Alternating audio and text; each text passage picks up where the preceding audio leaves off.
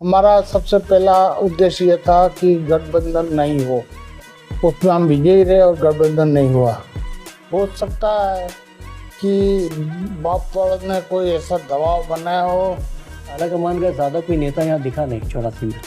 अब आलाकमान ने किसी को भेजा नहीं भेजा, वो क्या व्यस्त रहे, कहाँ रहे, महाराष्ट्र में रहे, झारखंड में रहे या और उपचुनाव में रहे, तो वो उनको जानकारी है।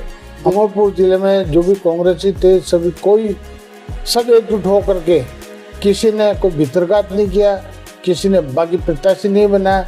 कांग्रेस 84 उपचुनाव जीत जाती तो क्षेत्रीय कांग्रेस किन मुद्दों पर काम करेगी प्राथमिकता से, ताकि जो जनता के विकास के लिए होंगे?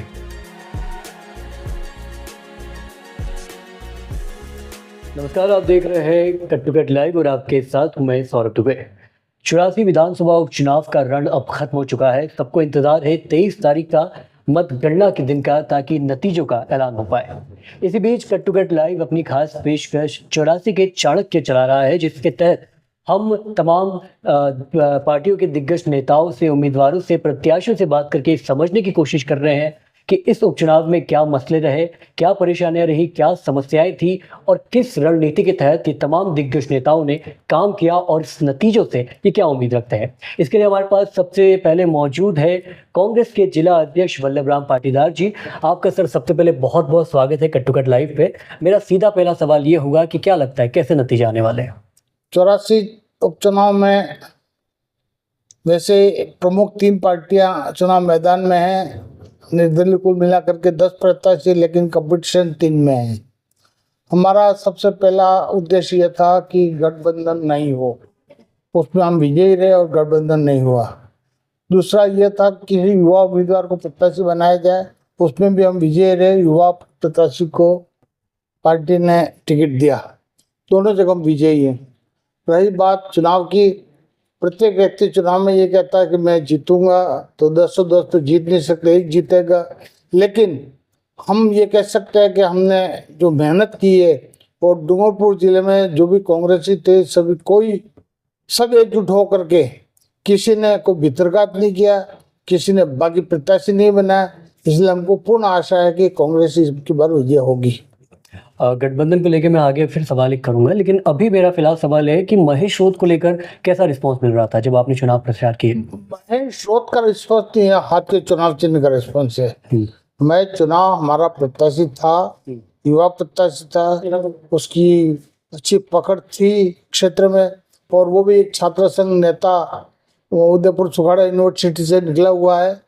लेकिन वो छात्र संघ अलग चीज है और ये चुनावी मैदान जंग अलग है। लेकिन सब लोगों की भावना, कांग्रेसी कार्यकर्ता की भावना थी कि अब की बार जो कांग्रेस प्रत्याशी को किसी भी प्रकार से जीता है, और कांग्रेस की जो घोषणा थी वो घोषणाओं को अमल करने के लिए हमने चुनाव प्रचार में कैंपेन में हमको दे। तो क्या क्षेत्रीय कांग्रेस को आलाकमान का भी मुहर लगी? वो चुनाव से पहले हमारे प्रदेश अध्यक्ष जी रणजीत ढोटा से आए थे और उन्होंने सभी को एकजुट रहने का आह्वान किया था। अब 7 उपचुनाव हैं, सब जगह महत्वपूर्ण चुनाव थे, तो हमारे यहाँ उन्होंने पर्यवेक्षक भेजे थे। वो पर्यवेक्षक हमारे बीच में आए हैं और समय पर उनका मार्गदर्शन लिया है और उनके मार्गदर्शन में हमने काम किया है। अब आलाकमान ने किसी को भेजा नहीं भेजा, वो क्या व्यस्त रहे, कहाँ रहे, महाराष्ट्र में रहे, झारखंड में रहे या और उपचुनाव में रहे, तो वो उनको जानकारी है। हमारे यहाँ जो भेजे पर्यवेक्षक वो हमारे बीच में आए और उन्होंने बराबर हमारे साथ संवाद ली। तो आपको लगता है कि क्योंकि लोकसभा में कांग्रेस ने बीएपी से गठबंधन किया था, कहीं ना कहीं ये मूल वजह रही कि आलाकमान यहाँ नहीं पहुंचा, ऐसा कुछ? वो ऊपर वालों को सोचना है।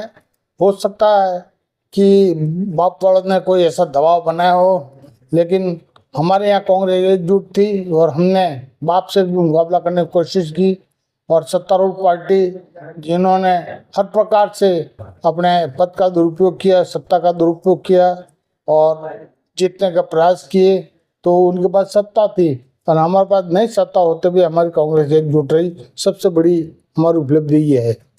और अगर आलाकमान क्षेत्र में पहुंचता तो क्या इसका प्रभाव जनता पर पड़ता? अच्छा रहता, बढ़िया रहता।